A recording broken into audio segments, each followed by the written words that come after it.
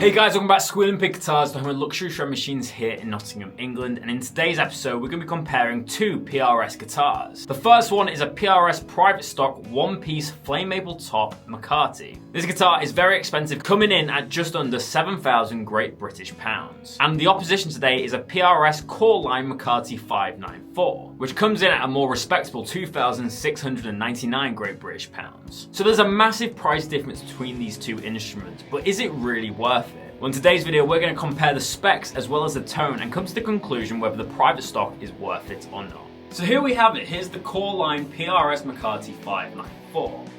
The only difference between these two guitars, obviously, is that the PRS private stock one is a custom shop one, and this is the core line. This is the main American production, but also this is a 594 model, whereas the other one is just a McCarty. The differences are the scale length, so this has the 24.594 scale length, which is more true to vintage spec Gibsons. We also have a slightly thicker body, which is a bit more Les Paul-like, and we have the Les Paul configuration of electronics. So we have the freeway switch in the upper horn, and then we have the 2 volumes and 2 tones. Whereas on the PRS private stock McCarty, we just have a volume and 1 tone, and the freeway switch is down here. So they're the only model differences between the McCarty and the McCarty 590. Holding this in my hand, it's an absolute stunning instrument. Although this is the cheaper guitar in today's episode, this is a very high spec, very highly crafted instrument, and it's still very expensive. Today's comparison is just for a little bit of fun. Both of these guitars are great, but really we're kind of putting the private stock under the pressure, seeing if it really is worth the price increase. So we get a very nice 2-piece flamed maple top, which has revealed binding, and this has this kind of lemon drop classic colour, which looks a little bit like a Peter Green Les Paul, I guess. I see a lot of the McCarty double cuts in this kind of colour. It looks very nice. We have a rosewood fingerboard with the bird inlays, which again looks stunning. On the back, we've got that classic Les Paul kind of colour scheme of the aniline cherry on the back with the lemon. This is not aniline cherry, obviously. This is just a cherry dye from the PRS. We've got mahogany back, mahogany neck with the patterned vintage neck carve, which is a very rounded, very nicely pronounced neck profile. It's a little bit thicker than the PRS private stock that we've been playing. It's got that more kind of classic 59 feel. As we work our way onto the headstock, we've got this rosewood veneer on the top with the PRS logo and the McCarty 594 truss cover. As we flip these over, we've got the locking tuners with the open gears. I love how you got that kind of brass offset to the chrome. We've got some more Les Paul DNA with this bridge and stop tailpiece situation. This is heavily inspired by the kind of Nashville style from Gibson. However, it's been upgraded with the brass saddles, and these rollers are a lot easier to use than the Gibson one. Again, having that brass offset. For the pickups, we have a set of 5815 LT, standing for low turn. These pickups are trying to go after that classic PAF tone. You may be wondering, where did the McCarty name come from? Well, Paul Reed Smith was very close acquaintances with Ted McCarty, who was a designer of the Flying V, the Explorer, and was also the CEO of Gibson for a period of time. When PRS was getting started, Paul Reed Smith went to Ted McCarty for advice, and they ended up creating this model of the guitar, the McCarty 594 and McCarty series. which was designed to meet Ted McCarty's taste, but also inspired by his incredible eye for design that he showed during his time at Gibson. For me, the McCarty is one of the best PRS models. My two favourite PRS models are the Special and the McCarty. I think it has that awesome kind of Les Paul DNA, but a little bit more modern with the coil splits, and I much prefer the double clip shape over the single clip shape. So now I'm going to go and grab the PRS private stock, and let's see how different it really is. So here's the private stock equivalent. This is the PRS McCarty, and as I mentioned previously, this is a McCarty and not a McCarty 594, so it doesn't have the same scale length. The toggle switch is not here, and it only has one volume and one tone. Still has coil splits like the other one, but the main differences between this one is just the fit and finish and the quality of woods used. So obviously this is an extremely figured piece of flamed maple. It's written on the spec sheet as West Coast curly maple, and it's actually one piece. You'll see there's no seam line down the middle. So obviously that's more expensive to source, and obviously the quality of the figuring is not easy to come by. It's an absolute beautiful guitar. On the back we have some figured mahogany. Again, this mahogany has a lot more dance to it than the core line, and we also have the same neck made out of mahogany as well. We have East Indian rosewood, which has a really nice dark hue in person with the mother of pearl bird inlays. As we work our way down to the headstock, we've got the private stock emblem made out of mother of pearl and abalone, and we have a rosewood headstock cap with the rosewood truss rod cover. We have more classic vintage tuners on this one. These have the ivory buttons and are non-locking. We have the same bridge and stop tailpiece system as the previous one.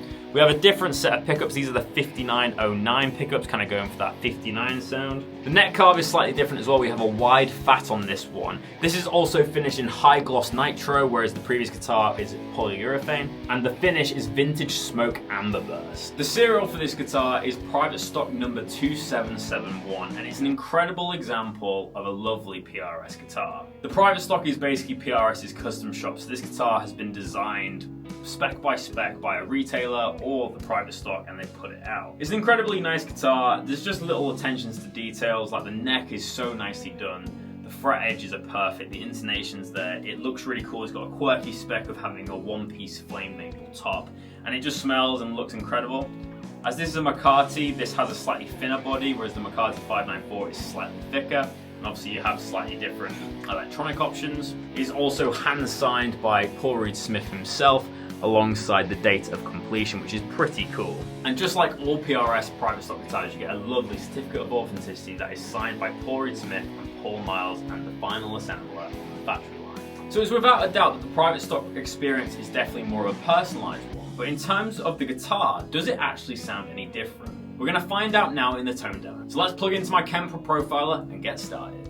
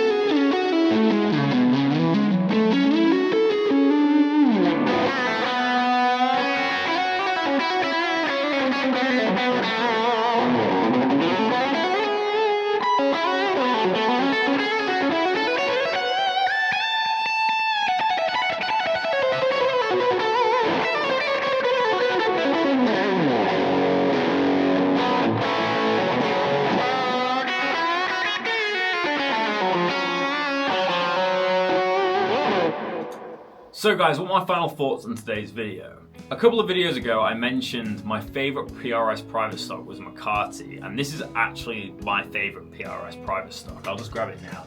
So it doesn't look as flashy as a lot of the private stock guitars, but it's just a really nicely built guitar. The high gloss lacquer is amazing. It's just a great guitar and I really gel with it, and yes, it's incredibly expensive, but I'm definitely very biased to this guitar because I absolutely adore it. I think it's incredible and it looks amazing.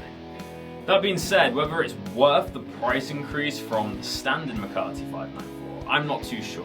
It's a very high price basically what I'm getting at. I know there's a lot of materials that wouldn't be usually used. It is a made-to-measure guitar as such. But for me, that would not be worth it. But is it an incredible guitar? Yes.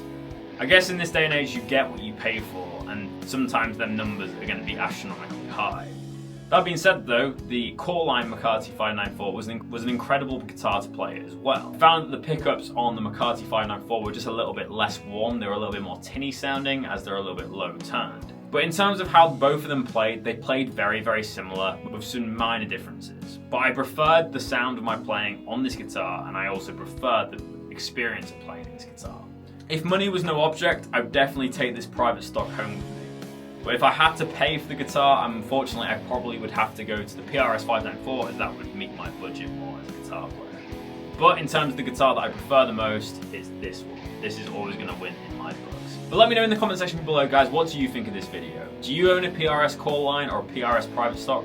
Let me know in the comment section below, I'm really eager to hear about your guys' collection. But thank you so much for watching Squealing Pig Guitars. My name is Ben Keightley and I'll see you tomorrow for another episode. But until then, keep rocking guys, I'll see you soon.